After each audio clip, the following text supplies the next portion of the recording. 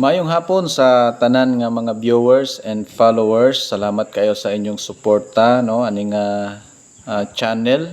So welcome. Karon nga hapon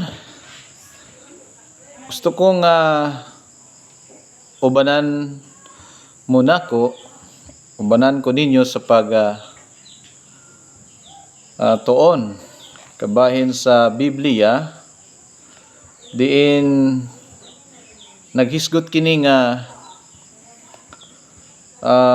alang sa mga babae, no? Ang pangutana, makauulaw ba sa usa ka babae ang pagbarog panahon sa panagtigom? So disclaimer lang po, dili nako hilabtan kung unsa man ang imuhang baruganan.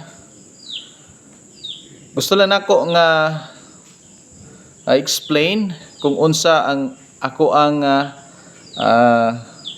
analysis pagsabot aning teksto. So ato karon basahon igsoon ni gala ang unang Korinto kapitulo 14 bersikulo 26. So gusto nako ni kini nga teksto ato ning tun-an, dili nato ni laktaw-laktaw no, para nga at least masabtan. Ang uluhan ani igsoon ni gala matud pa dinhi kahusay diha sa simbahan. 26 matud pa, ang gipasabot ko mga igsoon mao nga inigtigom ninyo ang uban mag-awit, ang uban magtudlo, ang uban magwali, ang uban magsultig lahi nga pinulungan, ug ang uban pagayod maghubad sa kahulugan niini. Kinahanglan nga kining tanan buhaton aron paglig-on sa simbahan. Kung dunay musulti og lahi nga pinulungan, kinahanglan duha o tulo lamang. Magbanos-banos sila pagsulti og lain ang maghubad niini. Apan kung walay makahubad, kinahanglan pahilumon sila diha sa inyong pagsimba og pasultiha sila ngadto lamang sa ilang kaugalingon og sa Dios. 29. Duha o tulo lamang kanila nga gihatagan sa mensahe sa Dios ang pasultihon ug ang uban maoy magtimbang-timbang sa ilang gipangnulti. Apan kun usa sa mga nagtigom ang nakadawat og mensahe gikan sa Dios, kinahanglan muhunong ang nagsulti, mahimo nga kamong tanan magbanos-banos pagsulti sa mensahe sa Dios aron ang tanan makakat-on og madasig.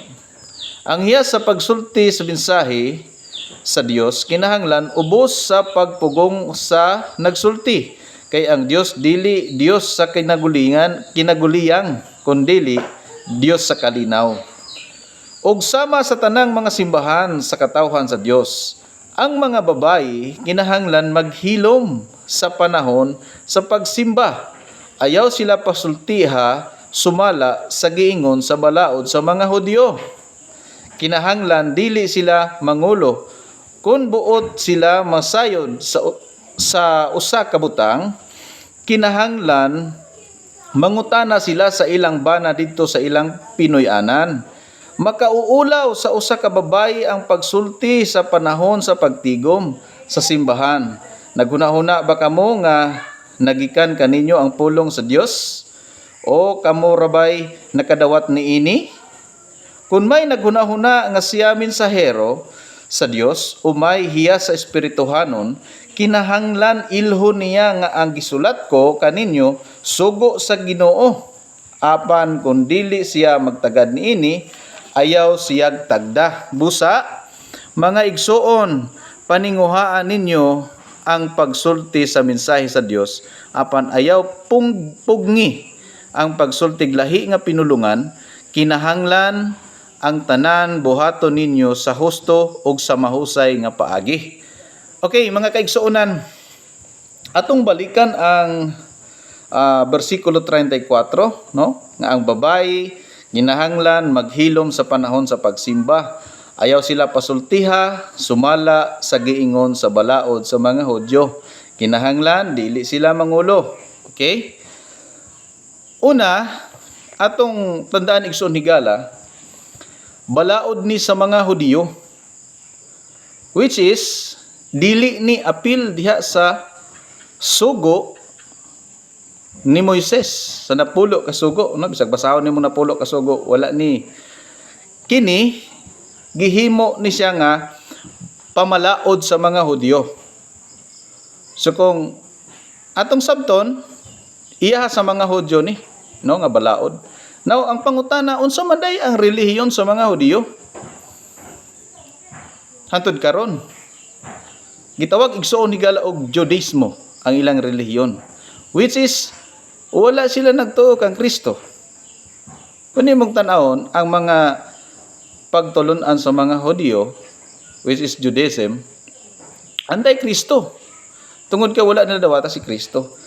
Now, ang mga Kristohanon ba, apil niini nga balaod sa mga Hudyo.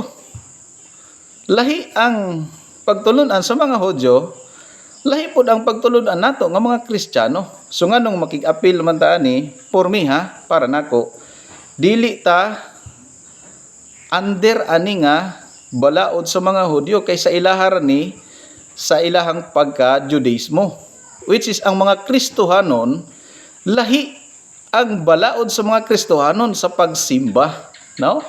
Ganin ingon ang Biblia nga kitang tanan makawali, bata, tigulang, babae, lalaki, magsangyaw sa pulong sa Ginoo. Mao nay Kristohanon, mao nay Jesus Christ, no, nga pagsimba. Pero kung diri sa mga Hudyo, mao ni ang ilahang pamalaod, sistema sa ilang pagsimba, bawal ang babae. So, kung Kristohanon ka, o nagtuo kang Kristohanon ang imong pagtulunan, so, dili ka dapat makig-apil ani kay yahaman ni sa mga Judaismo nga pagtulunan, balaod nila ni sa ilahang simbahan. So, kana ra igsoon, daghan kayong salamat, then God bless ninyong tanan. So, I hope, kung unsa man imuhang komento, hunahuna o pagsabot nini, palihog ko diha sa baba sa comment section. Then salamat kayo sa imuhang pag-react, salamat kayo daan sa inyong support. So God bless, ang Ginoo magapanalangin kanimo kanatong tanan. Dalaygon ang Dios.